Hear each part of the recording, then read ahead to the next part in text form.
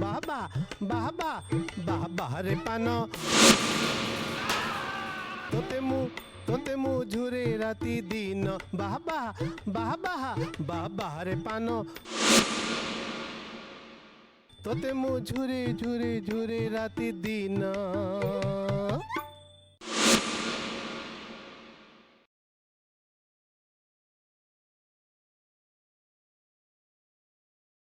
ए बापा चली जीवा कथा बापा चली गले मुझे केमी चलबी कहलु सब लोग तो बेडरूम रो गदी ऊपर पड़ी आराम से मरती ताकर कहवा कथा से ताकर मरी जावा परे तापर फूलमाला देबा में बहुत लोग आसीबे ता छडा टीवी वाला आसीबे पेपर वाला आसीबे बहुत लोग ता भीतर गहली करिवे तापर लाइटिंग करिया पे बिल्कुल असुविधा हो जिवो। तू तो जानिचु मु कोटी कोटी टंकार संपत्तिर मालिक होके भी ये कैंसर रोग मोर भल हो पारानी। संजय तते ये पान खाइबार अभ्यास को छाड़ा पड़ो। जदि संजय एमान को संतुष्ट करिबारे असफल हैला ताहले 31 दिन रे मो संपत्ति एई ट्रस्टी मान हाथ को चली जीवो।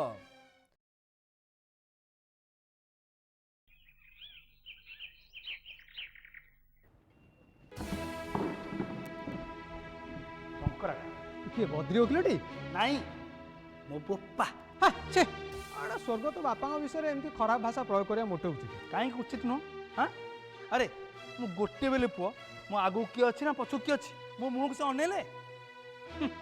अरे पान किए न खाऊँ पान हूँ आमर गोटे सांस्कृतिक परंपरा घर को कुणिया आसवे बंधु आसवे जी भी आसू ताको आम पान दौचे ना हाँ मु पान खाईदेली हुईले लिखिदेव पान खाइले पूरा कैंसर होची। कैंसर कैंसर कहा कहूनी अरे पान खाइबा लोक कैंसर होची पान न खाइबा लोक कैंसर होची पान ता बाटरे कैंसर ता बाटरे। अरे कहा को केतोले रोगटा अटैक करिवो से कथा कि जानि छी। हां कहले ना को पान छाड़ संपत्ति मिलिबो। अरे एमिति का बोपा मु कोउ देखिनी बोपा ना चोपा।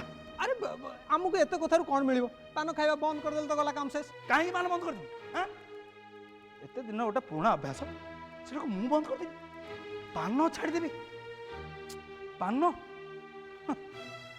ए सुन दिन को केते खंड पान खाऊली 40 खंड। हाँ हाँ एबे मु 100 खंड पान खाई 100 तू सुन से कान्हा को जाई कह संजू भाई कहले 5 थर मते पान पठेबो 20 खंड कर 20 50 100 इमाम जर्दा चमनमार मिसे की हला तेन देखा जाऊ मोर कौन हब देखा जाऊ कहार किछि हबनी संजय बाबू बरं तमरो 2 कोटी टंका हाथ छड़ा हे जाऊ मु पान छाड़ी परबिनी आ टॉयलेट ठीक हबनी खाइबा ठीक हजम हबनी निद ठीक हबनी हां पान मु छाड़ी देबी तुमे कथा कहछ हां संजय भाई एबे माने ए संगे संगे तुमको छाड़ी हमको किए कहू नियो नौनो मोटा डबल मारो नियो शाबाश। हाँ हाँ तमें ए पान को चोबई चोबई तुम अस्थिर मन को स्थिर करू करू से एडवोकेट संगे टिके ना को प्राइवेट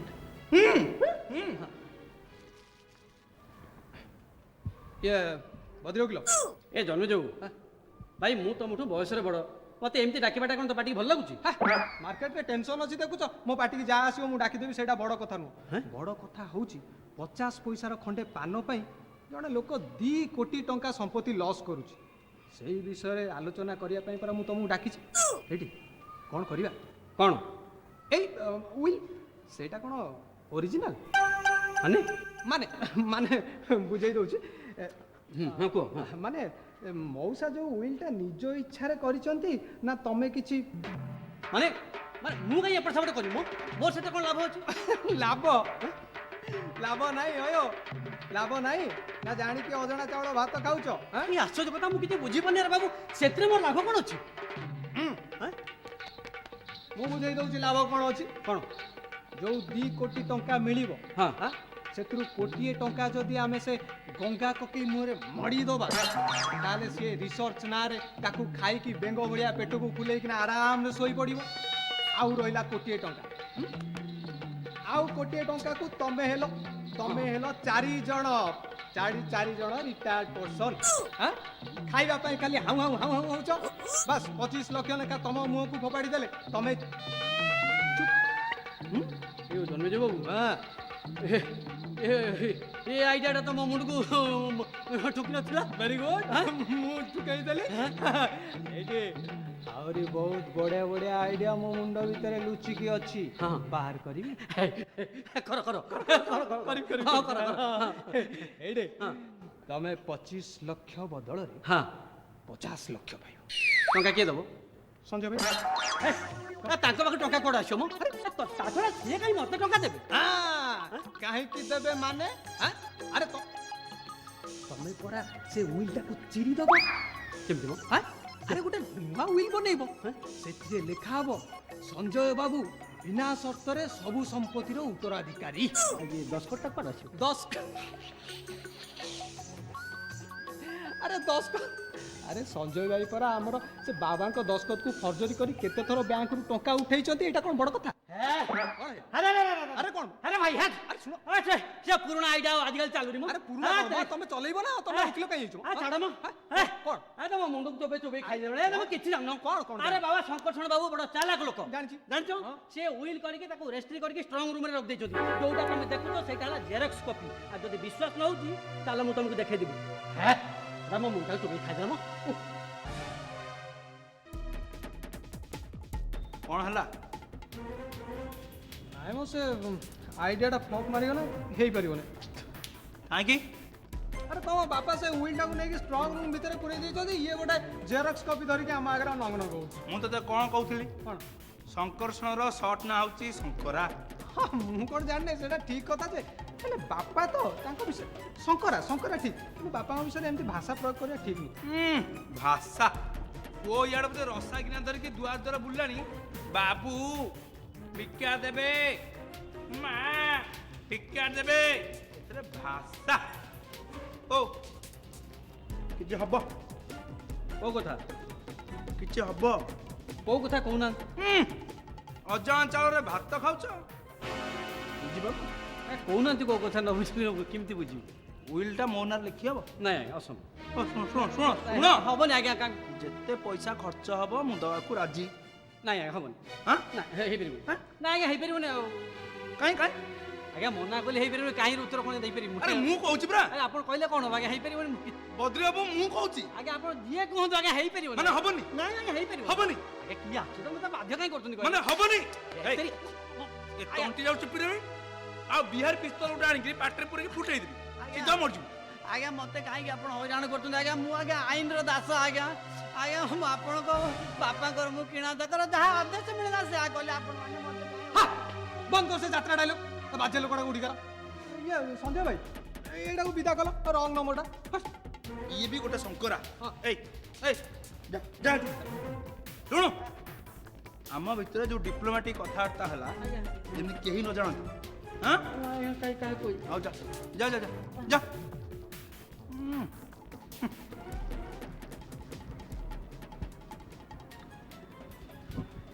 ଓହ କି ଶାନ୍ତି।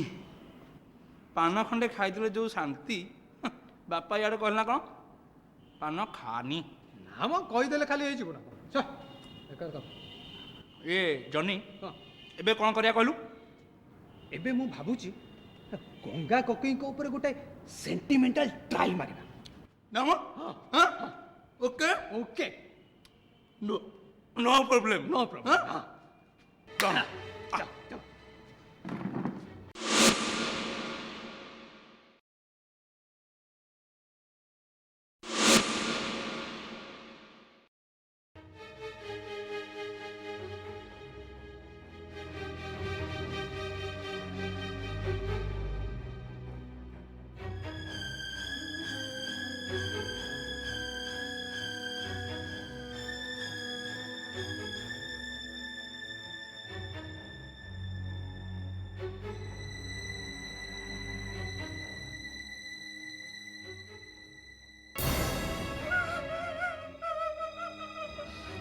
ମୋ ଗଙ୍ଗା କକେଇ ସଞ୍ଜୟ ମୋ ପୁତୁରା ମୁଁ ଫେରି ଆସିଛି କକେଇ ତମ ପୁତୁରା ମୋର କେହି ନାହାନ୍ତି ତମ ଛଡା ମୋର କେହି ନାହାନ୍ତି କକେଇ କିଏ କହିଲା ମୁଁ ଅନାଥ ହେଇଯିବି କିଏ କହିଲା ତୋ ନାତ ହେଇଯିବ ବୋଲି ଆରେ ମୁଁ ଅଛି ବାପ କିଏ କକେଇ କିଏ ଆମ ଆରେ ଆମ ପୁତୁରା ଆରେ କକେଇ ମୁଁ ଗୋଟେ କଥା କହିବି କହ ଏ ଉଇଲଟା କେମିତି କିଏ ବଦଳେଇ ହେଇଯାନ୍ତାନି କଣ କହିଲୁ ୱିଲଟାକୁ ବଦଳେଇ ଦେବି ଆରେ ତୁ ଚାହୁଁଛୁ ମୁଁ କ'ଣ ଭାତୃଦ୍ରୋହୀ ହୁଏ ବୋଲି ତୁ ଚାହୁଁଛୁ ମୁଁ କ'ଣ କ୍ୟାନ୍ସର ଭଳିଆ ଗୋଟେ ଲୋକକୁ ସିଟିରେ ଡାକି ଆଣି ତୋ ଭିତରେ ଛାଡ଼ିଦିଏ ବୋଲି ଫଳରେ ମୃତ୍ୟୁ ମୋ ଆଗରୁ ତୋତେ ଆଲିଙ୍ଗନ କରିବ ଆରେ ଆମ ବଂଶ ବୁଡ଼ିଯିବ ରେ ଆରେ ମୁଁ ସିନା ଅବିବାହିତ ମୋର ପଛରେ କେହି ନେଇ ଆଗରେ କେହି ନେଇ ଆମ ଭିଟା ମାଟି ଉପରେ ବିଲୁଆ ବୋଇବନି ନାଇଁ ଓକେ ମୁଁ କିନ୍ତୁ ପାନ ଛାଡ଼ି ପାରିବିନି ତୋତେ ପାନ ଛାଡ଼ିବା ପାଇଁ କିଏ କହୁଛି ତୁ ଖା ଯେତେ ପାରିବୁ ସେତେ ଖା ତମେ ମୋ ପାନ ଖାଇବା ଉପରେ ଆପତ୍ତି କରୁନ ତ ଆରେ ମୁଁ କାହିଁକି ଆପତ୍ତି କରିବି ତୁ ଗୋଟେ ଭଲ ଅଭ୍ୟାସଟେ କରିଛୁ ତୋତେ ପାନ ଖାଇବା ପାଇଁ ଭଲ ଲାଗେ ମୁଁ କାହିଁକି ତୋତେ ବାଧା ଦେବି କହିଲୁ ଟିକେ ରୁହ ଟିକେ ରୁହ ମୋ ମୁଣ୍ଡରେ କାହିଁ କିଛି ପଶୁନି ମୁଁ ଠେଲି ପେଲି ତମ ମୁଣ୍ଡ ଭିତରେ ପୁରେଇ ଦଉଛି କକେଇ ଚାହୁଁଛନ୍ତି ତମେ ଏମିତି ପାନ ଖାଅ ପାନ ଖାଇ ଖାଇକି ଯେତେବେଳେ ତମେ ଡେଡ୍ ଲାଇନ୍ କ୍ରସ୍ କରିଯିବ ତମ 2 କୋଟି ଟଙ୍କାଟା ତାଙ୍କ କ୍ୟାନ୍ସର ଇନଷ୍ଟିଚ୍ୟୁଟକୁ ପଳେଇବ ଏଇଠି ତାପରେ ତମେ ତାଟିଆ ଧରିକି ରେଲୱେ ଷ୍ଟେସନ ବସ୍ ଷ୍ଟାଣ୍ଡରେ ଭିକ ମାଗିବ ଆଉ 2 କୋଟି ଟଙ୍କାକୁ ରିସର୍ଚ୍ଚ ନାଁରେ ଖାଇକିନା ଗେଫା ମାରିବେ ଜନି କକେଇ ଇଏ ଜନି ଯାହା କଲା ସତ ପୁତୁରା ପାଖାପାଖି ସତ ନା ଦେଖିଲ ହେଲେ ଏଇ ଗେଫା ମାରିବା କଥା ପୁରାପୁରି ଭୁଲ ତମେ ତମକୁ ମୁଁ କେତେ ବିଶ୍ୱାସ କରିଥିଲି ମୋ ବାପାଙ୍କ ଲୁଣ ଖାଇଲ ମତେ ଧୋକା ଦେବ ମୋ ହାତରୁ 2 କୋଟି ଟଙ୍କା ଚାଲିଯିବ ମୁଁ ବଞ୍ଚିବି କେମିତି କେବେ ଚିନ୍ତା କରିଛ କେତେବେଳେ ଭାବିଛ କେତେବେଳେ ମାନେ ବହୁତ ଭାବିଛି ବେଳେ ବେଳେ ଭାବି ଆଖିରୁ ଲୁହ ବି ଝରିଛି ବହୁତ ସମୟରେ ବହୁତ କଷ୍ଟରେ ଭାବିଛି ମୋ ପୁତୁରା ଭାରି ଚାଲାକ ତା ମୁଣ୍ଡରେ ବହୁତ ବୁଦ୍ଧି ସେ କିଛି ଗୋଟେ ବୁଦ୍ଧି ବାହାର କରି ନିଜେ ବଞ୍ଚି ପାରିବ କଣ ତୁ ବଞ୍ଚି ପାରିବନି ପୁତୁରା କକେଇ ମୁଁ ଗୋଟେ ସଂସ୍ଥା କରିବି ଭେରି ଗୁଡ୍ 40 ଖଣ୍ଡ କଣ 100 ଖଣ୍ଡ ପାନ କ୍ୟାନ୍ସର ହେଇଯାଉ ବହୁତ ରୋଗରେ ମରୁଛନ୍ତି ତୁ କ୍ୟାନ୍ସର ରୋଗରେ ମରିବୁ କ୍ଷତି କଣ ମୁଁ କିଛି ବୁଝିପାରୁନି କକେଇ ତମେ ମୋ ଭଲ ପାଇଁ କହୁଛ ନା ମନ୍ଦ ପାଇଁ ଆରେ ଏଇଟା କଣ ମତେ ଆହୁରି ତତେ ବୁଝେଇବା ପାଇଁ ପଡିବ ତୁ ଜାଣିପାରୁନୁ ଜାଣିପାରୁଛି ଯେ ହେଲେ ମୁଁ ଯାହା ଚାହୁଁଛି ସେମିତି ହେଇପାରନ୍ତାନି ମାନେ ମୁଁ ଯେମିତି ପାନ ଖାଇବା କଥା ଖାଇବି ଆଉ ମୋ ସମ୍ପତ୍ତି ଗୁଡା ମୋ ହାତକୁ ଚାଲି ଆସିବ କକେଇ 1 କୋଟି ଟଙ୍କା ତମର ଆଉ 1 କୋଟି ଟଙ୍କା ମୋର ପ୍ରସ୍ତାବଟା କିଛି ମନ୍ଦ ନୁହେଁ ପୁତୁରା ମୋ ପୁତୁରା ଭାରି ଚାଲାକ ମୋ ରାତାରାତି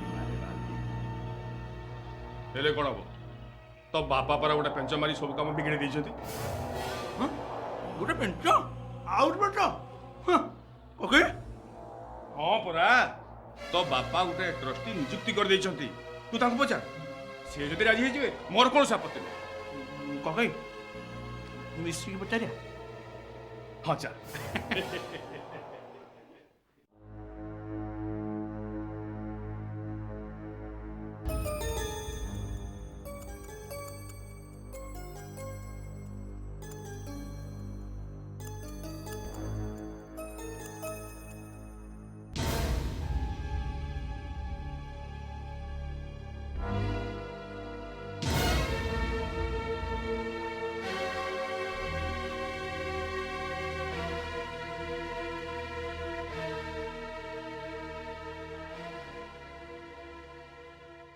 ସାର୍ ଏମାନଙ୍କ ଇଣ୍ଟ୍ରୋଡକ୍ସନ୍ ଦେଇ ଆଉ ସମୟ ନଷ୍ଟ କରିବାର ଆବଶ୍ୟକତା ନାହିଁ ମୁଁ ସର୍ଟକଟ୍ରେ କହିଦେଉଛି ସାର୍ ହେଲେ ଶରତ ଜଗଦେବ ଅବସରପ୍ରାପ୍ତ ବିଚାରପତି ଆଜ୍ଞା ସାର୍ ହେଲେ ବନବିହାରୀ ମାର୍ଥା ଅବସରପ୍ରାପ୍ତ ପୋଲିସ ଅଫିସର।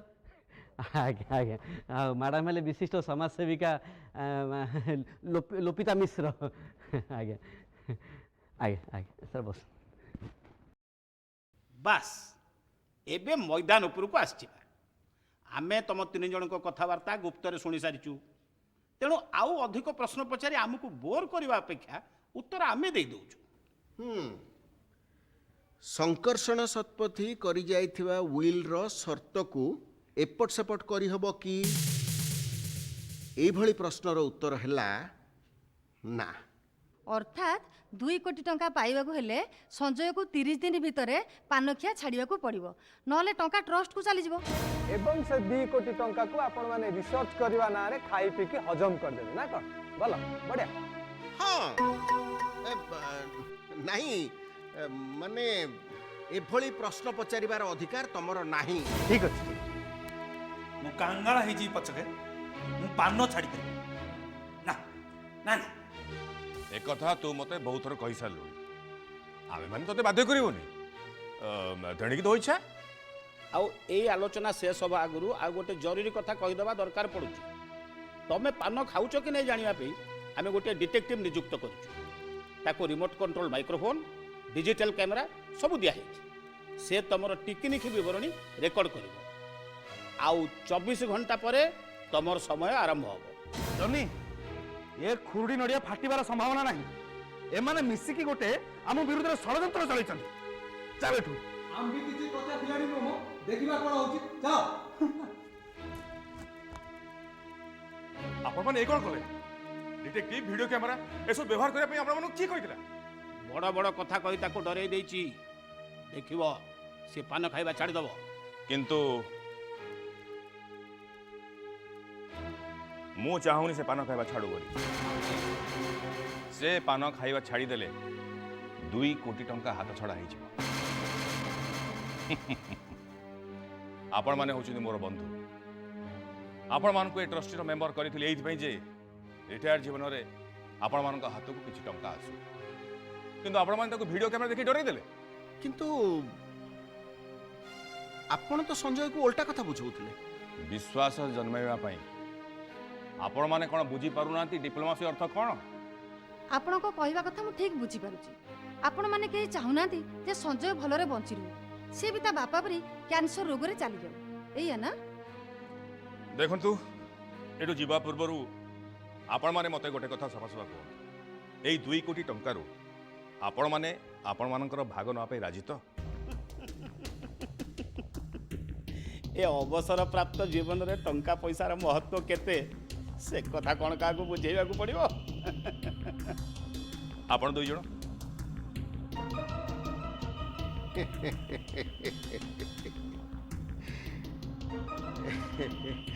ମୋର ତ ଆଜ୍ଞା ପୁରୁଣା ଅଭ୍ୟାସଟା ଅଛି। ଠିକ୍ ଅଛି, ତାହେଲେ ଆପଣମାନେ ଯାଆନ୍ତୁ। ଯାହା କରିବା କଥା ମୁଁ କରିବି।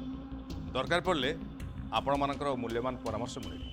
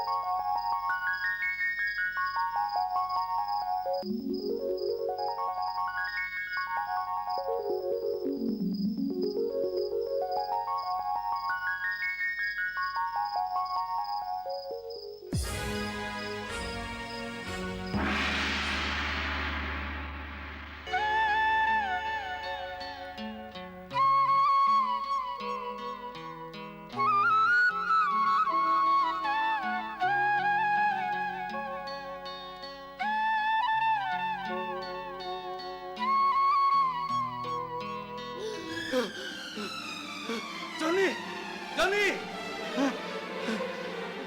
କ'ଣ ହେଲା? ଏମିତି ପାଟି କାହିଁ କରୁଛ? ମୋ କଥା କେହି ଶୁଣୁନାହାନ୍ତି।